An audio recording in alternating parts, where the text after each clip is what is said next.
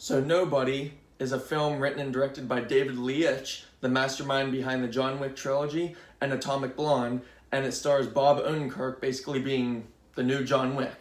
So Nobody is a John Wick film without John Wick.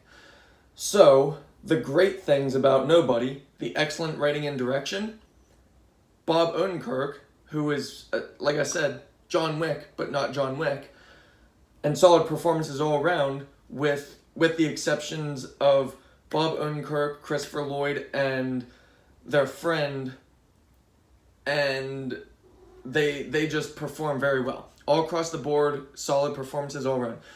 Exceptional violent sequences, great direction throughout the whole entire film.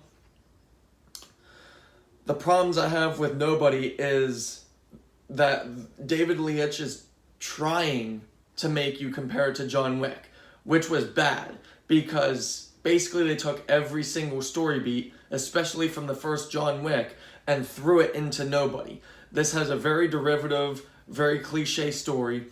The main villain is basically even more of a one-note villain as the villain in the first John Wick. At least in the first John Wick, even the main villain had some deep history behind him. In Nobody, it's essentially the first John Wick, but everything is hollow, set aside the performances. Everything about the story, everything about anything pertaining to Nobody's plot and story and narrative is just so hollow and derivative. And the main villain is just terribly bad and so one note that when he does that one thing, which is dancing and singing in Russian, it just screams out. This one thing characterizes him. For some reason, this one thing is supposed to make you like him, but then he just goes right to doing really bad, heinous things right after each of those scenes. So the main villain and all of the villains that surround him, none of them are likable. They're all just in this film to just die. And when they die, you're just like, okay, well, yeah, I expected that to happen. I'm glad it happened. And there was no reason for them to be alive. None of them. Absolutely no main villain, no villain in this film was redeemable. None of them. So the plot itself is basically the John Wick plot where, the John Wick plot where they break in and, they kill something. Well, in Nobody, they break in, they steal a bunch of stuff, which is no big deal.